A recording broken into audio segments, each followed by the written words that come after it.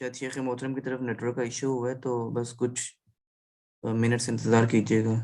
جزاکم اللہ خیر.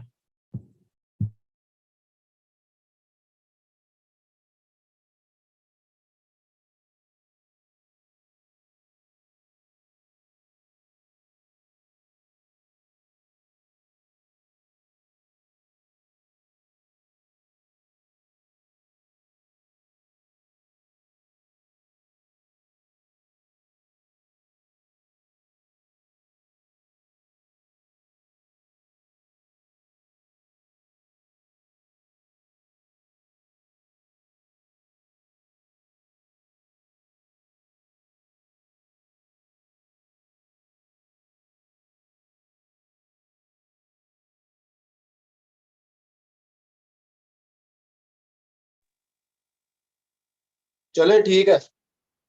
دوسری چیز جس کی وجہ سے رب العالمین بندے کا ساتھ دیتا ہے وہ کیا ہے؟ وہ آتے ہی تم زکوٰۃ، تم زکوٰۃ دینے والے بن جاؤ. اور تیسری چیز وہ آمنتم برسولی، میرے رسولوں کے اوپر ایمان لانے والے بن جاؤ. رسولوں کے اوپر ایمان لانے کا مطلب مفہوم کیا ہے؟ کہ اللہ رب العالمین خود اس مضمون کو بیان کرتے ہیں قرآن مجید کے اندر، انما المؤمنون الذین آمنوا باللہ ورسولہ ثم لم يرتابوا وجاہدوا باموالہم وانفسہم فی سبیل اللہ. اللہ رب العالمین فرماتے ہیں صحیح معنوں میں مومن وہ ہیں جو اللہ کو بھی مانتے ہیں، رسول کو بھی مانتے ہیں، اور پھر ماننے کے بعد شک نہیں کرتے. اس کا مطلب مفہوم کیا ہے؟ جب اللہ کو وحدہ لا شریک مانا ہے تو پھر وہ ہر چیز کا مختار کل بھی اللہ کو مانے، قادر بھی اللہ کو مانے، قدیر بھی اللہ کو مانے. پھر یہ نہ کہے میں نے اللہ کو مانا ہے، پتہ نہیں اللہ مجھے شفا دینے پر قادر ہے یا نہیں. میں نے اللہ کے مان تو لیا ہے، پتہ نہیں اللہ مجھے اولاد دے گا یا نہیں. میں نے اللہ کو مان تو لیا ہے، پتہ نہیں اللہ مجھے خوشیاں نصیب کرے گا یا نہیں. میں نے اللہ کو مان لیا ہے، پتہ نہیں اللہ میری مشکلیں آسان کرے گا کہ نہیں. میں نے اللہ کو مان تو لیا ہے، اللہ میری ضرورتوں کو پورا کرے گا نہیں. پھر ساری چیزوں کا مختار، ساری چیزوں کا قادر قدیر وہ اللہ کو مانے. اور رسول کو ماننے کا مطلب کیا ہے؟ کہ جب رسول اللہ صلی اللہ علیہ وسلم کا کلمہ پڑھ لیا ہے تو پھر ہر معاملہ جو ہے وہ پیارے پیغمبر سے پوچھ کر کرے، اور پیارے پیغمبر اللہ سے پوچھ کر بتلائیں. دیکھو نا، اللہ رب العالمین کے پیارے پیغمبر جناب محمد رسول اللہ صلی اللہ علیہ وسلم کی اطاعت کرنے والا جو ہے وہ در حقیقت اللہ رب العالمین کی اطاعت کرتا ہے. وَمَن يُطِعِ الرَّسُولَ فَقَدْ أَطَاعَ اللَّهَ، جو رسول کی بات مانتا ہے وہ اللہ کی بات مانتا ہے. تو اللہ رب العالمین کی بات کی ذرا اہمیت کو سمجھیں. امام کائنات خود فرمایا کرتے تھے من اطاعنی فقد اطاع اللہ ومن اطاعنی دخل الجنہ. جس نے میری بات کو مانا اس نے میرے رب کی بات کو مانا، اور جس نے میرے رب کی بات کو مانا وہ جنت کے اندر جائے گا. اور اسی چیز کو پیارے پیغمبر جناب محمد رسول اللہ کہ کل امتی یدخلون الجنت الا من ابا قیل ومن یابا یا رسول اللہ قال من اطاعنی دخل الجنہ ومن عصانی فقد ابا، کہ جس نے میری اطاعت کی وہ در حقیقت جنت کا وارث ہے. اور سنو، پیارے پیغمبر جناب محمد الرسول صلی اللہ علیہ وسلم نے فرمایا کہ میری ساری کی ساری امت جنت کے اندر جائے گی مگر جس نے جنت میں جانے سے انکار کر دیا. کہا گیا اللہ کے نبی جنت میں جانے سے انکار کون کرتا ہے؟ آپ نے میں جو میری اطاعت کرتا ہے وہ جنت میں جائے گا، اور جس نے میری نافرمانی کی وہ کیا ہے؟ وہ جنت میں جانے سے انکار کر رہا ہے. پیارے پیغمبر جناب محمد الرسول کی اطاعت کے ہوتے ہوئے مصطفیٰ کی گفتار مت دے کسی کا قول و قرار. پیارے پیغمبر کی بات کے مقابلے میں کسی صحابی کی بات نہیں چل سکتی، کسی پیغمبر کی بات نہیں چل سکتی. یہ ایک علیحدہ مضمون ہے، کبھی موقع رب العالمین نے دیا تو اس کی میں خوب وضاحت کروں گا. لیکن یہاں یہ سمجھ لو کہ پیارے پیغمبر کے ہوتے ہوئے کسی اور کی بات جو ہے وہ نہیں چلے گی. نہ کسی امام کی چلے گی، نہ پیشوا کی چلے گی، نہ لیڈر کی چلے گی، نہ راہبر کی چلے گی، نہ مقتدا کی چلے گی. اگر بات چلے گی تو محمد الرسول اللہ صلی اللہ علیہ وسلم کی چلے گی. اذا قال الرسول فصدقوه فإن القول ما قال الرسول. جب رسول کوئی بات کہہ دیں تو اس کی تصدیق کرو، کیونکہ بات در حقیقت ہوتی وہ ہے جو اللہ کے رسول بیان کرتے ہیں. اور چوتھی چیز وَأَزَّرْتُمُوهُ، تم پیغمبروں کے دستے بازو بن جاؤ. جس میدان کے اندر اترنے کا پیغمبر کہہ دے اس میدان کے اندر اتر پڑو، جس میدان سے نکلنے کا پیغمبر جو ہے نا وہ کہہ دے اس سے نکل پڑو. جس طرح پیارے پیغمبر جناب محمد الرسول اللہ صلی اللہ علیہ وسلم بنو قریظ کے مدراس کے اندر بنو نذیر کے مدراس کے اندر جب گئے معاملے کو حل کرنے کے لیے، آپ وہاں بیٹھے، یہودیوں نے شاہ سے کی کہ نبی کریم صلی اللہ علیہ وسلم کے اوپر پتھر گرا کر آپ کو شہید کر دیا ہے. آپ وہاں سے اٹھے, صحابہ بھی اٹھ کھڑے ہوئے, نبی کریم صلی اللہ علیہ وسلم بعد میں پوچھنے لگے کہ اللہ کے پیارے پیغمبر آپ گئے ہیں بغیر بات چیت کیے واپس آ گئے ہیں, وجہ کیا بنی؟ امام کائنات نے فرمایا کہ انہوں نے یہ شاخیں تیار کی تھی اور پیارے پیغمبر نے ان کو پھر کہہ دیا کہ تمہارے پاس صرف 3 دن ہے, آپ جو کچھ فروخت کرنا چاہتے ہو فروخت کر کے نکل جاؤ, وگرنہ جان لو انما الارض للہ ولرسولہ وللمؤمنین, زمین اللہ کی اور رسول کی اور مومنوں کی ہے. اور چوتھی چیز کیا ہے؟ وَعَزَّرْتُمُوهُمْ کے دستے بازو بن جاؤ, جس طرح صحابہ دستے بازو بن کر پیارے پیغمبر کے دائیں بائیں آگے پیچھے ہو کر دشمن کے ساتھ مقابلہ کرتے تھے, دشمن کے ساتھ جہاد کرتے تھے, دشمن کے ساتھ قتال کرتے تھے. آج بھی ضرورت ہے پیارے پیغمبر کے اس منہج کو لیا جائے اور جو کفار ہیں اور جو فاسق اور فاجر ہیں اور اسی طریقے سے دین کی مخالفت کرنے والے ہیں ان سے جہاد کیا جائے, زبان کے ساتھ, قلم کے ساتھ, تقریروں کے ساتھ, وعظوں کے ساتھ اور تیر کانٹے کے ساتھ, تلوار نیزے اور تیروں کے ساتھ اور دیگر آلات کے ساتھ. اور پانچویں چیز کیا ہے؟ وَأَقْرَضْتُمُ اللَّهَ قَرْضًا حَسَنًا, اگر تم اللہ کو قرض حسنہ دے دو تو پھر بھی اللہ تمہارا ساتھ دے گا. وہ قرض حسنہ کیا ہے کہ اللہ کے لیے اللہ کے راستے میں خرچ کرنا, پھر اس کے ثواب کی امید جو ہے وہ صرف اللہ سے رکھنا.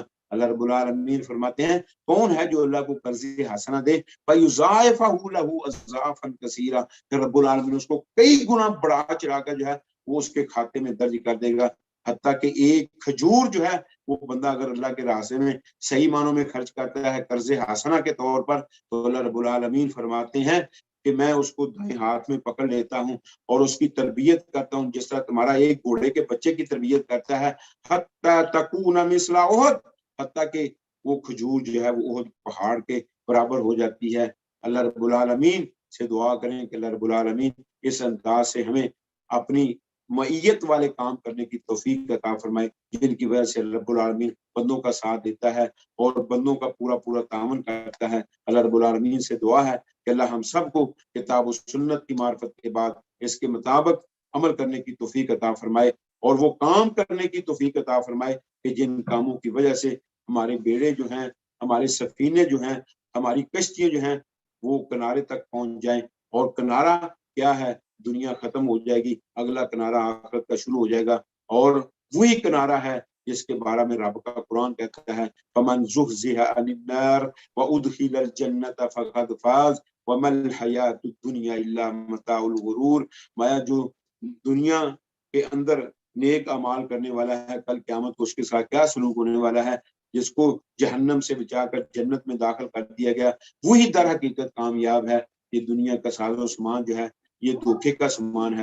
اللہ دھوکے سے بچا کر ہمیں پار جانے کی اللہ توفیق عطا فرمائے اور جس کے ساتھ آخرت کے مطلب سارے کے سارے نتائج ملنے والے ہیں, کامیابیاں ملنے والی ہیں, اللہ وہ کامیابیاں حاصل کرنے کی توفیق عطا فرمائے. اقول قولی ھذا سبحانک اللہم و بحمدک اشہد ان لا الہ الا انت استغفرک و اتوب.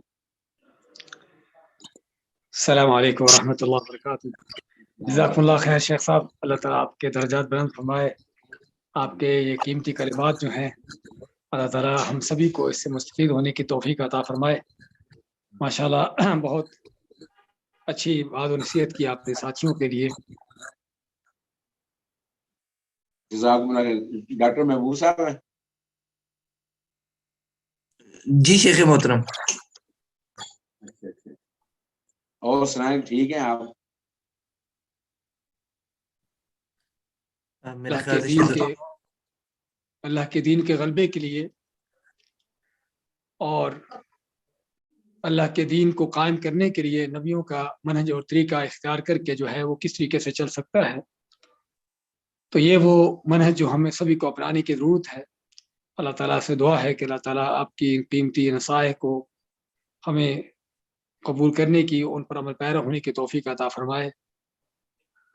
بارک اللہ فیکم, جزاکم اللہ خیر. آپ کے قیمتی لمحات کا جو آپ نے دیے ساتھیوں کے لیے, بارک اللہ فیکم.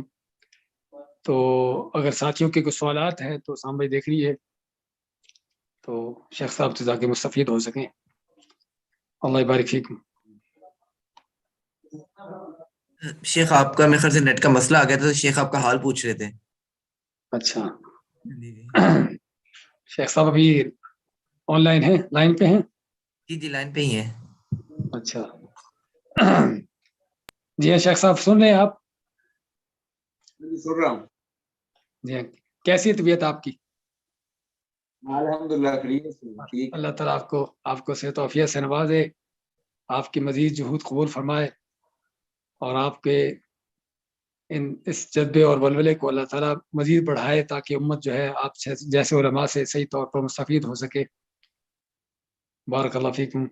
آمین. تو آپ کی بہت ماشاءاللہ قیمتی نصیحتیں تھیں ساتھیوں کے لیے. تو تعارف کرایا ہوگا ساتھیوں نے کہ ہمارے الحمدللہ یعنی کہ لیول چل رہے ہیں، اور اس وقت ماشاءاللہ ان مختلف لیولوں کے ساتھی آپ کے ان دروس سے درس سے فائدہ اٹھا رہے ہیں. اور جس میں سب سے اہم جو چیز ہمارے سامنے وہ ہمارے دورۃ الدعات ہے، کہ جس میں کوشش چل رہی ہے کہ ساتھیوں کی دعوت کے حوالے سے ان کی تربیت کر کے ان کو میدان میں اتارا جا سکے، تاکہ معاشرے کی اصلاح کے اس عمل کو جو ہے اس کے لیے بہتری لائی جا سکے.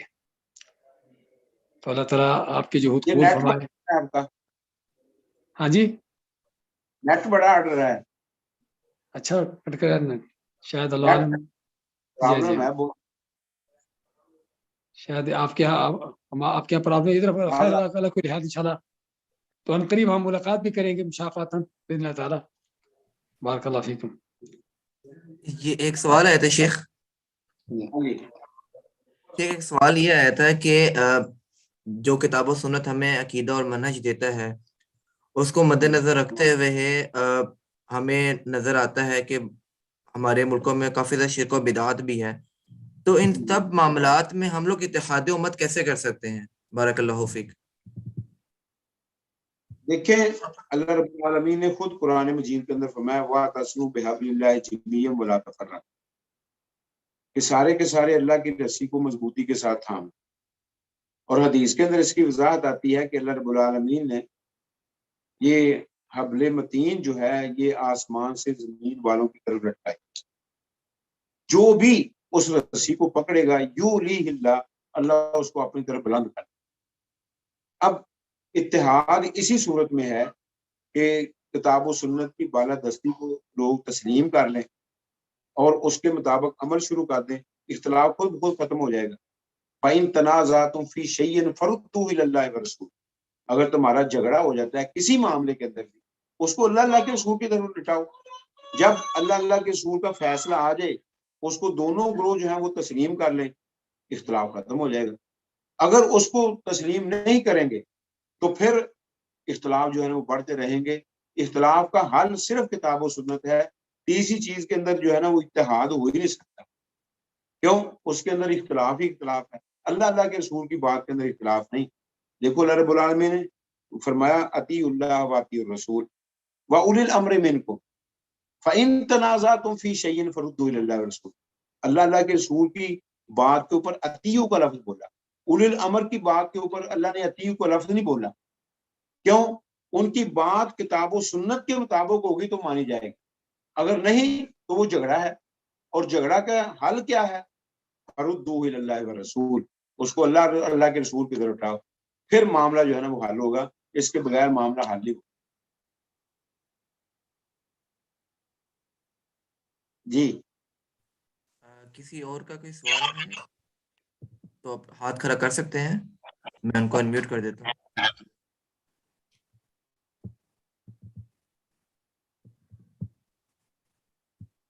شیخ ایک اور سوال یہ آیا تھا کہ اگر ہم گھروں کے حالات کو لیا جائے، گھر کے معاملات کو لیا جائے، تو اس میں کئی دفعہ ہم بہت زیادہ کسی کو سمجھاتے ہیں تو وہ کئی دفعہ معاملات کافی بگڑ جاتے ہیں. تو کس حد تک ہمارے اوپر فرض ہے کہ ہم نے اس حد تک اپنے گھر والوں یا حلقہ احباب کو سمجھانا ہے، کیونکہ ادھر معاملات زیادہ حساس ہوتے ہیں. ایک باہر کے بندے کو ہم سمجھائیں گے تو شاید اتنا وہ برا نہ مانے، اپنے ذرا زیادہ برا مان جاتے ہیں.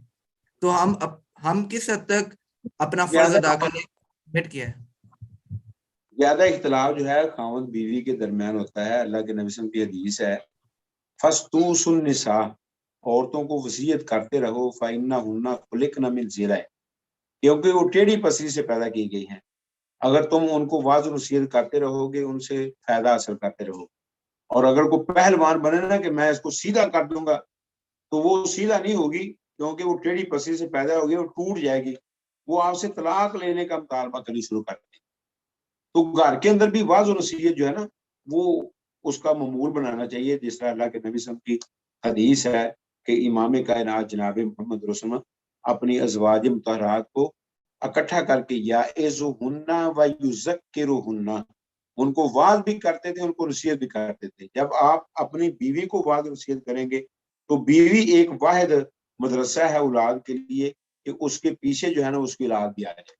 تو گھروں کے اندر جھگڑے اختلافات جو ہیں وہ ختم ہو جائیں گے. تو کتاب و سنت کی بالا دستی جو ہے وہ گھروں کے اندر بھی ہونا چاہیے, اور گھر کے اندر بھی انسان کو واضح نصیحت جو ہے نا وہ کرنی چاہیے. تب ہی گھریلو جھگڑے جو ہے نا وہ ختم ہو سکتے ہیں, اور ان کا حل جو ہے وہ بھی کتاب و سنت کے اندر ہے. تیسری چیز کے اندر حل نہیں ہے.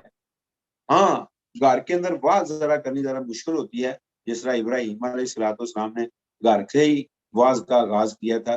تو گھر کے اندر بھی توحید اور سنت رسول جو ہے اس کو اجاگر کرنا چاہیے. اس کے اندر خیر و برکات ہیں.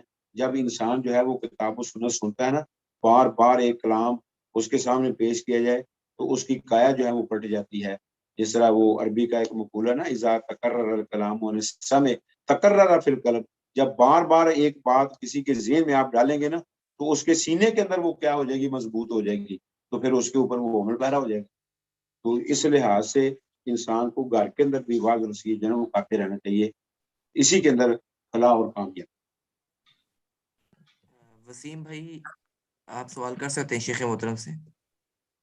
جی السلام علیکم شیخ, کیسے ہیں آپ؟ الحمدللہ. شیخ میرا سوال اس موضوع سے تھوڑا ہٹکے ہے.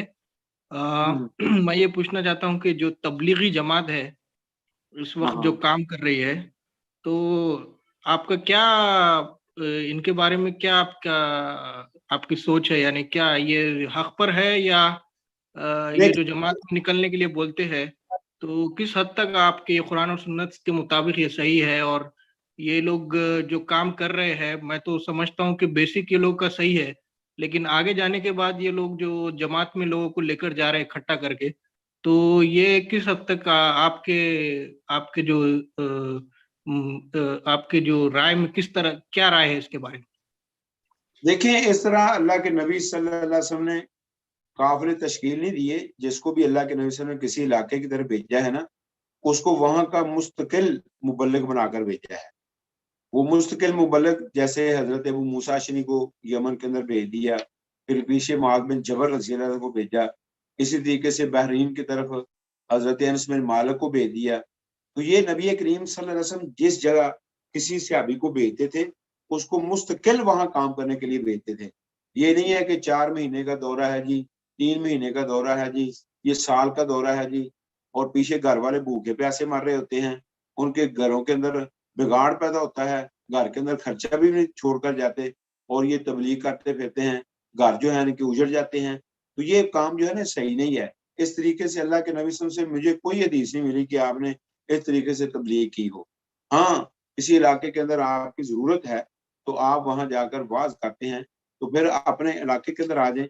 جس طرح اللہ کے پیارے پیغمبر جناب محمد رسول اللہ طائف کے اندر گئے واعظ کرنے کے لیے, اور دیگر بستیوں جو آس پاس تھی ان کے اندر واعظ و نصیحت کرنے کے لیے چلے جاتے تھے. تو یہ ایک طریقہ جو ہے نا ٹھیک ہے, لیکن یہ 4 مہینے کے دورے یہ جو بات ہے نا یہ میری سمجھ میں نہیں آتی, اور اس کے بارے میں کتاب و سنت سے بھی کوئی دلیل نہیں. جزاک اللہ خیر شیخ, بہت بہت شکریہ آپ کے وقت دینے کا, اور آپ کی جو بھی آپ نے ہمیں درس میں جو بھی ہمیں نصیحتیں کی, اللہ تعالیٰ ہمیں توفیق دے کہ ہم سب پر عمل کریں. جزاک اللہ خیر شیخ, بارک اللہ فیک.